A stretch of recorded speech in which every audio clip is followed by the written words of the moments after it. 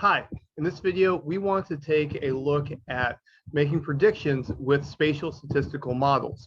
All right, now we're going to be using R, and this video is part 2 of this topic on my YouTube channel. All right, so we're going to be going through some examples from applied spatial data analysis with R. Here is the textbook's website, asdar-book.org, and here are the authors. This book can be downloaded for free through UCF's website if you're a student. All right, so first thing we're going to talk about is stratifying the domain. All right, so in machine learning, one thing that we'll do frequently is we will do segmentation and partition our data into subgroups of data. Then for my machine learning models, I go and I build different models on each subsets of data because that will give me a better overall model performance. Stratifying the domain is the spatial statistics version of that. All right, so when we say I'm stratifying the domain, I'm going through and I'm chopping up my geographic region of interest into subregions. And so I'm partitioning locations in spatial statistics similar to how I would partition rows of data in machine learning. All right, so what we do, we partition our locations into non-overlapping areas. Then we build different Kriging models for each region, and this is stratifying the domain. All right, so let's go ahead and run through an example. All right, so what I'm going to do, I'm going to get an inverse distance weight interpolation model with a binary target. And so here, if I go to the MeUse grid data sets, part A is a binary vector of zeros and ones. Okay, and we're going to go and here is the predicted value coming off of the inverse distance weight at each of the MeUse locations. We can visualize this. And so here we can see that this is, it's basically chopping up northeast and southwest. And something to notice about this is that even though it's a binary target variable, that means it's going to be categorical. R is treating it as numeric. So that's something I need to be mindful of when I look at outputs. All right, so now what we're going to do is I'm going to take the MeUse data and the MeUse grid, and I want to make sure that the grid values are consistent. So I'm using the over function to make sure that we have consistent spatial data structure. And another way to do this is to make the grid values consistent with the MeUse data locations is, once again, I'm using over, but it's different this way. So here I have over and I'm passing MeUse and MeUse grid with part A. This way, you notice that the over is inside the MeUse grid part A. Okay. All right, now what I'm going to do, I'm going to segment the locations. I'm going to stratify by part A. Then I'm going to build separate Kriging models for each of the two regions. And so you'll notice for my locations, I'm saying I want where the part A is equal to 0 and part A is equal to 0. That way, when I'm making predictions on the new data, this is an apples to apples situation. And here is my VGM model, and here in minimum, max, maximum distance, and we are modeling the log of zinc by the intercept. Now I'm going to do the same thing, but I'm going to do it for the other region. And really, it's the same code, except I'm setting that to 1 instead of 0. Now, something about this, you'll notice that I've got different parameters on my VGM. My PSIL is different. Here I've got a nugget. Well, down here, I don't have a nugget. So what I'm doing is I'm taking my region, and during the model exploration phase, I find a model that does pretty well for each of the different regions, and I'm going to use that use a different model for each region. And now what I want to do, I want to put them together into one spatial data structure. So I'm going to use the rbind function to put together as a data frame. So notice that I'm grabbing just the data frames off of the Krieg output. I'm specifying what the coordinates are.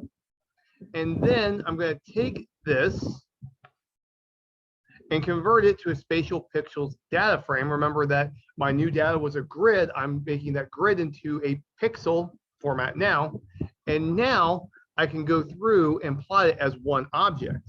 And so what's happening here is that we can't tell, but the output up here is one model, the output here is a different model. And actually, we can actually visually see that line difference here. That's because we've got different model fitting going on.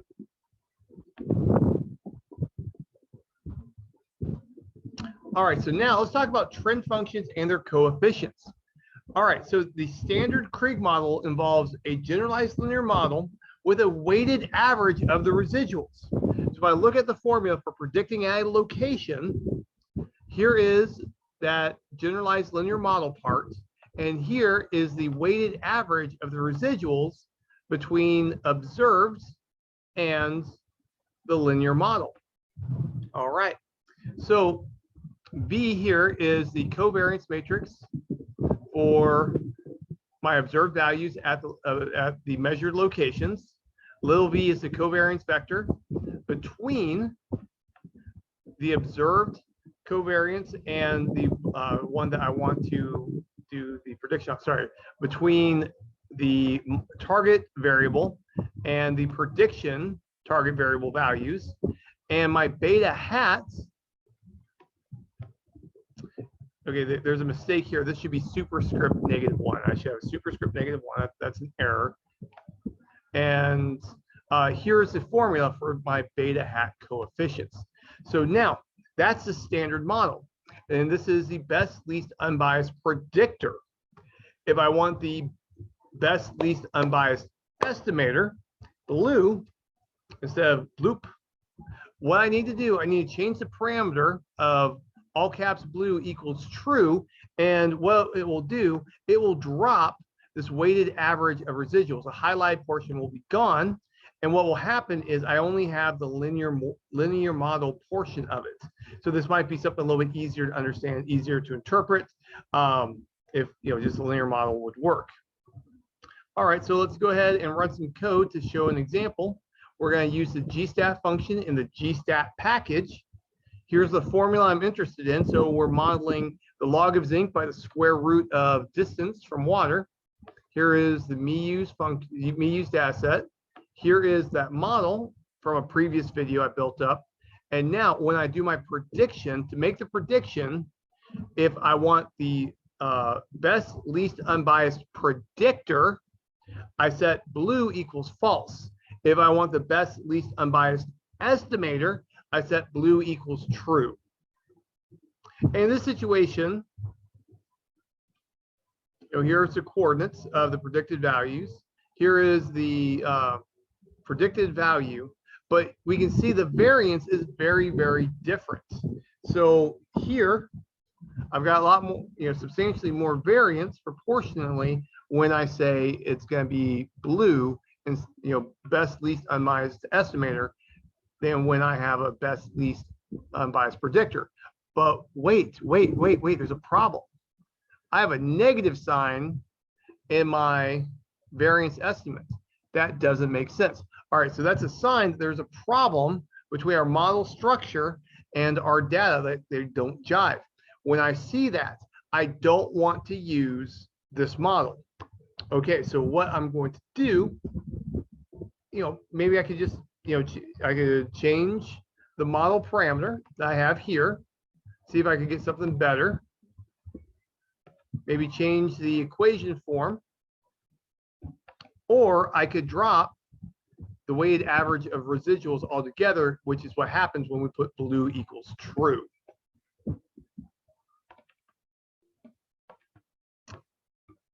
Now, if we want to do significance testing on the regression coefficients using the full model with spatially correlated residuals, we need to find out what the estimated regression coefficients and their standard errors are. All right, so to get these out of the GStat package, what I need to do, I need to use the debug mode. Now, a disadvantage of this is that this function only prints the output. It's not going to actually give us what we want as an object in our workspace. So this is kind of a pain, but at least we can get it copy and paste or something like that. And here are the values for the debug level. And if I'm interested in the hypothesis testing, I need to have debug level of 32, where it prints the generalized covariance matrices, design matrices, solutions, creating weights, etc. And there's a bunch of other things that I can do. There's tons of output. This tends to be very, very long output. So I recommend keeping it on default unless you know that you're going to want to dig it in, because you'll get kind of blasted in the face.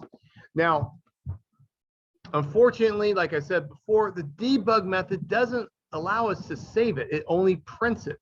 So one of the ways that the author proposes of being able to save the information that we want is by fooling R with well-designed contrast. All right, so how the author tackles this is that the author drops the intercept term from the formula, but then manually adds a constant 1 predictor variable. And so in effect, it's manually defining the intercept and then going to be able to grab the information off of this model structure as desired. And so you'll notice that here, this is the manual intercept definition, and then dropping the automatic one that the formula would have. Also, a +0 in linear models would work also. I don't know if the +0 would work in GStat. I haven't tried it out. All right, so now let's go ahead and just see what happens when if we do this.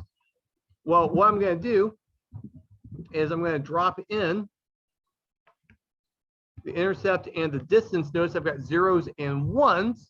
This is my new data to make predictions on, and this will give me the values that I'm looking for when I get the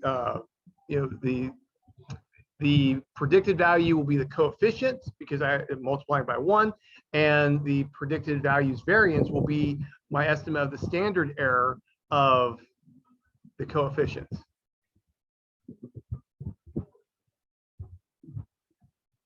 And so now I just set up my spatial points data frame. I've got my new data in here, and I drop it in. Notice that 1 for distance. When I multiply the coefficient by 1, I'm going to get the coefficient. Here, manually defining the intercept, it's 1. So that's going to just multiply by the intercept estimate to give me the intercept estimate. And this 0 means I don't get the distance included. This 0, I don't get the distance. This is beautiful. This is beautiful.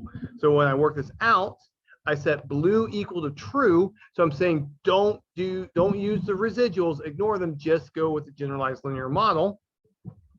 And boom, here is the estimated intercept and its standard error. Here is the estimated coefficient of the square root of distance, and here is its standard error. So that's a slick way to get it. Gives us options, ways to go about this. So if I effectively put in like an identity matrix on my predictors, I could do this. All right, so now let's talk about transforming our response variable in a nonlinear model.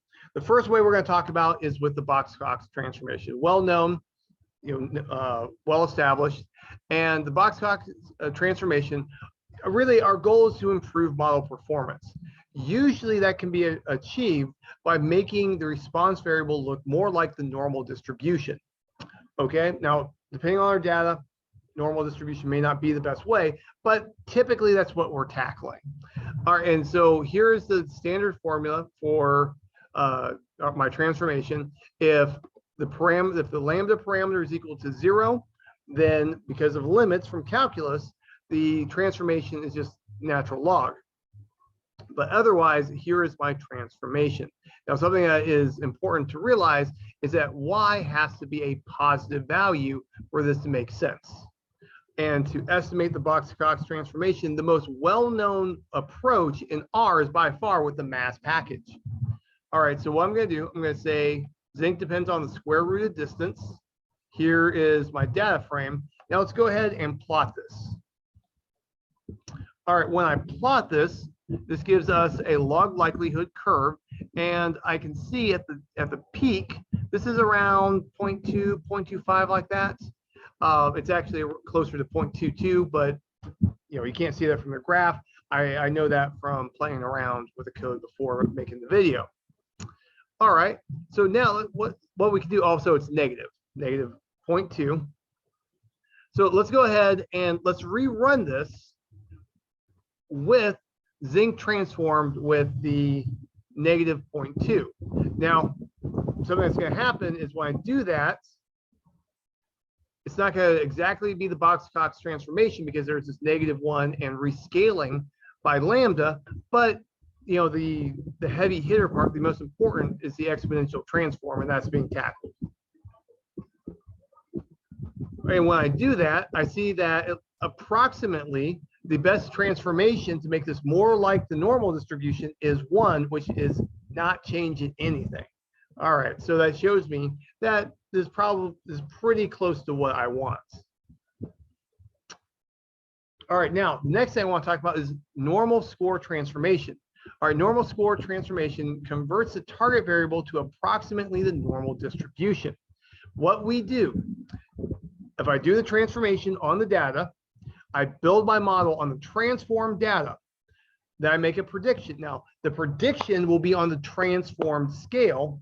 Before I can get the actual predicted value, I have to convert back to the original scale of the data. Okay, so to do this, the author suggests doing interpolation. I haven't found in R like a well-established method for doing this, but the author proposes using QQ norm for your transformation, which definitely works out well. And so here, let's look at, this is our original data. We can see that's definitely not normally distributed. After the transformation using QQ norm, I still feel like this is not normally distributed. The tails are not right, but this looks closer to being symmetric. This looks closer to being a bell curve. So if I want normally distributed target variable, this is an improvement. Now the deviation left and right, I take that as pretty strong signs that I do not have normal distribution. But it's close. Usually it's going to be close enough for most applications in real life analysis. All right, so one thing that's important about this is very important, and very few people talk about this, but when you do this, I transform original data to transform data. I build my model. My model gives predictions. Predictions are on the transform scale. If I want to have the actual predicted value, I have to transform that model output to the original scale. So far, I have not seen really anybody talk about this step very much. So I went ahead and just showed a way that you could possibly do this. To do this, I'm using interpolation with the lowest function, easy peasy lemon squeezy, where I have my, let's say this is my original data, this is my transform data. What I'm going to do, remember, so I want a function to take model output on transform scale and convert it to the original scale. So what I'm going to do is I'm going to do a prediction. I'm going to predict the original scale using the transform scale of the original data. All right, when I get this model, this lowest model right here, this is how I will convert my modeled values to the scale I actually want to have them in. And so here I'm just showing an example of what's going on with this. All right, so let's take a look.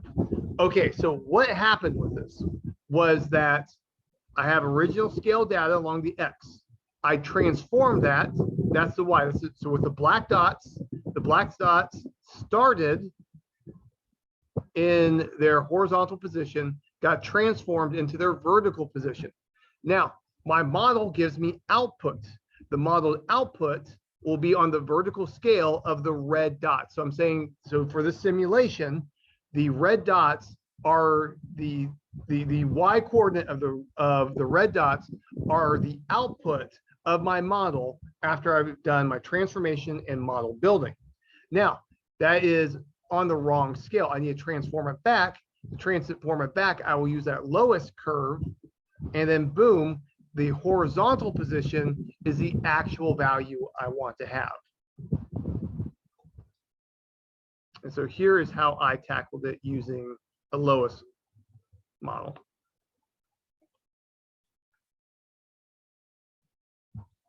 Now, another thing we can do, we can bend the target variable into like binary or categorical variables, and then proceed from there. So here's my formula. I'm going to say that zinc less than 500 corresponds to 1, greater than or equal to 500 corresponds to 0. And that depends on the intercept. Okay. Here is my fit. I'm fitting the variogram, where I'm taking the formula with the cutoff, the me-use data locations, fit the variogram, run that through the variogram, then fit the variogram using the VGM model. Now I drop that output into Kriging. Here's that formula. Now run it. Now something that's going to happen is that in this situation, remember I took zinc greater than, less than 500, and that is being converted to binary. All right, so with that, I'm going to get values. My model potentially could give values greater than 1, less than 0, and it can also give me intermediate values. Well, so what I'm doing here, just to keep things easier to interpret, I'm going to say that, hey, if it's greater than 1, just call it 1. If it's less than 0, just call it 0. And now, if it's in between 0 and 1, I'm going to interpret that as the probability of being 1, which is the probability of being less than 500. And here is the summary of the predictions. So we can see that we go from 0 to 1. Now that's after I made the adjustment of the cutoffs. And here I can take a look. Here is the predicted value, and here is the variance.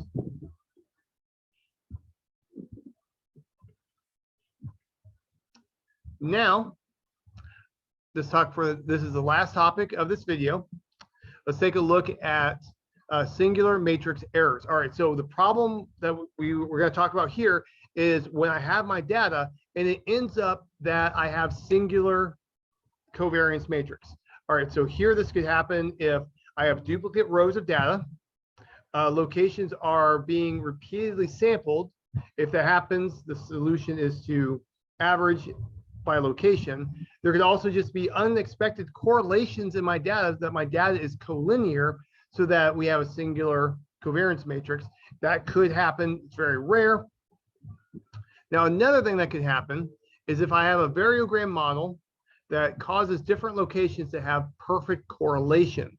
So probably not going to happen unless I do something kind of pathogenic with my modeling, but it could happen. And so if this happens, the Gaussian model should be suspected when errors are occurring. And a lot of times just putting in a nugget in there, which is that bump on my VGM, will solve the problem. All right, so now something that's nice is that the Krieg function automatically omits redundant rows that would cause a singular covariance matrix.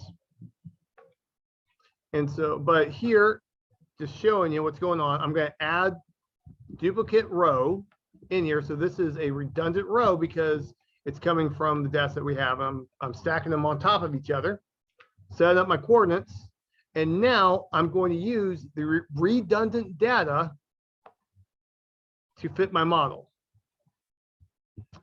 And you'll notice that there is a problem.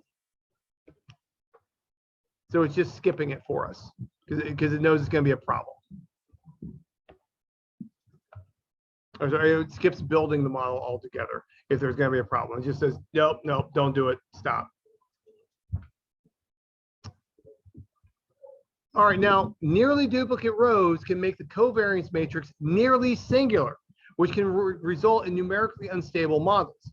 So in that situation, if I have nearly singular covariance matrix, if the data was just to change a little bit, not much, just a little bit, I could get a drastically different model output.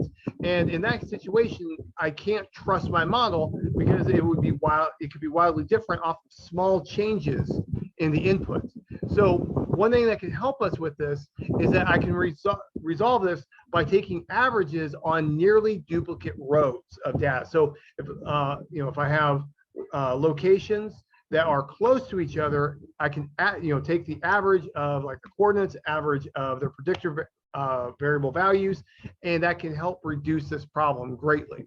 Now, something that we can do is we can use the zero dist function in the SP package to look for locations where we have zero distance between the coordinates. And what that will do, this will help set up so that I'll know if there's redundancy in there. And we can actually tune the parameter for how far is considered the same location. Now, when I do this, I drop this in, this is going to give me a 2-column matrix. And what that's saying is that column 1, column 2, the entry that I have, those rows are redundant with each other. And so we can see that rows 1 and 2 are redundant, which we knew that because it's how we built it. All right, so what we're going to do is something that's very nice is I can just drop one of them. So I'm using the negative sign in R to drop one of the redundant rows. Then I build my model. Easy peasy, lemon squeezy.